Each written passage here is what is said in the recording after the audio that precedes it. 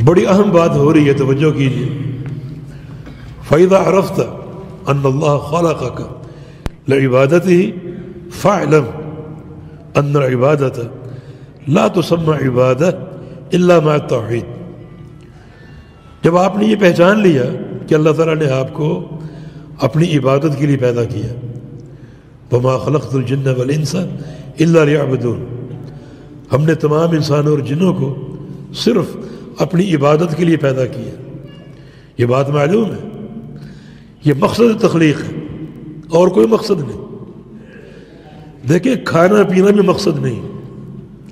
کھانا پینا اگر نہیں ملے گا تو سانس بند ہو جائے گی، موت واقع ہو سکتی. تو موت تو آنی، لیکن توحید اگر حاصل نہ ہو سکی تو یہ بندے کے جسم کی بھی موت ہے اور روح کی بھی موت ہے.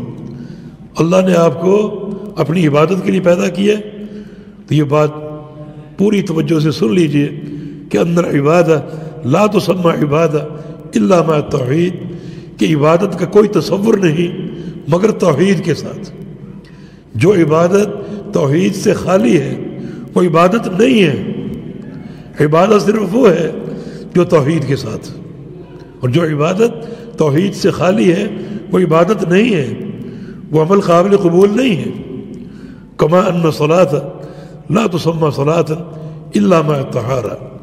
ایک مثال سمجھ لیجئے کہ نماز نہیں ہے جب تک وضو اور طہارت نہ ہو. اگر آپ بے وضو نماز پڑھیں گے وہ نماز قابل قبول نہیں ہے.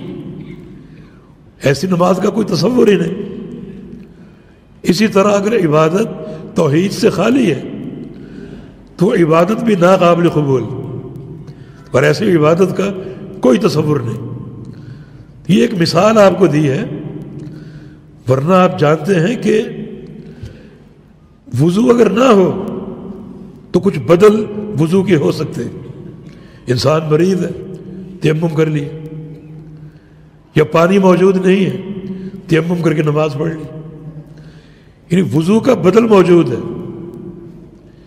لیکن توحید کوئی اس کا بدل نہیں. ایک ایسا یہ اساسی رکن ہے ہر عبادت کا.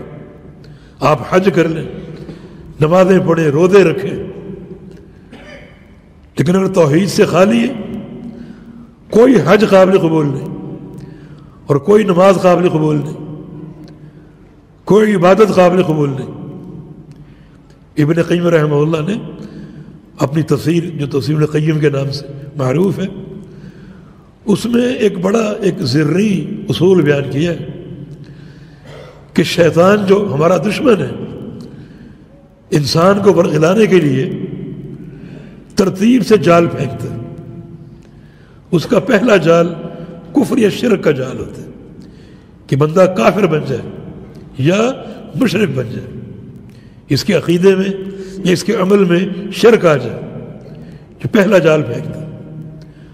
اور اگر جو بندہ اس جال کو قبول کر لے اور شرک میں پھنس جائے، ملوث ہو جائے، تو شیطان اسے چھوڑ دیتا ہے کہ جاؤ بچے، جاؤ جا کر حج کرو، نمازیں پڑھو، روزے رکھو، صدقات دو، زکاتیں دو، مجھے کوئی پرواہ نہیں، کیونکہ میں نے تیرے عقیدے میں یا تیرے عمل میں شرک داخل کر دیا، اور شرک کی موجودگی میں تیری کوئی نیکی قابل قبول نہیں، کوئی عمل قابل قبول نہیں. تو اللہ کے بندو، یہ اساس ہے جس کے بغیر کوئی گزارا نہیں. تبھی تو حدیث میں آتا ہے تمہیں جلا دیا جائے، ٹکڑے ٹکڑے کر دیا جائے، جل جاؤ، ٹکڑے ٹکڑے ہو جاؤ، لیکن شرک نہ کرو. شرک مقصد تخلیق ہے، اور سارے عبادات کی قبولیت کا محور اور مدار. یہ بڑی اہم بات کی ہے کہ جو عبادت توحید سے خالی ہے وہ عبادت نہیں ہے. جیسے جو نماز وضو اور طہارت سے خالی ہے وہ نماز نہیں ہے، کوئی اس کا تصور نہیں. اسی طرح ایسی عبادت کا کوئی تصور نہیں جو کہ توحید سے خالی ہو. چنانچہ اگر وَإِذَا خَالَتَ الْعِبَادَةَ فَإِذَا عَرَفْتَ أَنَّ الشِّرْكَ إِذَا خَالَتَ الْعِبَادَةَ أَفْسَدَهَا.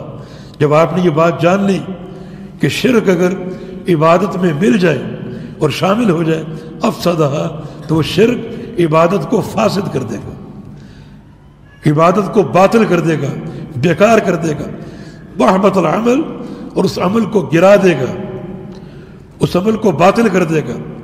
وصار صاحبہ من الخالدین فی النار، اور وہ شخص عمل کے باوجود، نمازیں پڑھنے کے باوجود، روزے رکھنے کے باوجود، شرک کی وجہ سے ہمیشہ ہمیشہ کا جہنمی بن جائے گا۔ اگر شرک کی آمیزش عبادت میں ہو گئی تو وہ بندہ ہر سال حج کرنے کے باوجود، ہر ہفتے عمرہ کرنے کے باوجود، 5 نمازیں اور تہجد پڑھنے کے باوجود ہمیشہ ہمیشہ کا جہنمی قرار پائے گا، کیونکہ شرک کی موجودگی میں کوئی عبادت قابل قبول نہیں ہے۔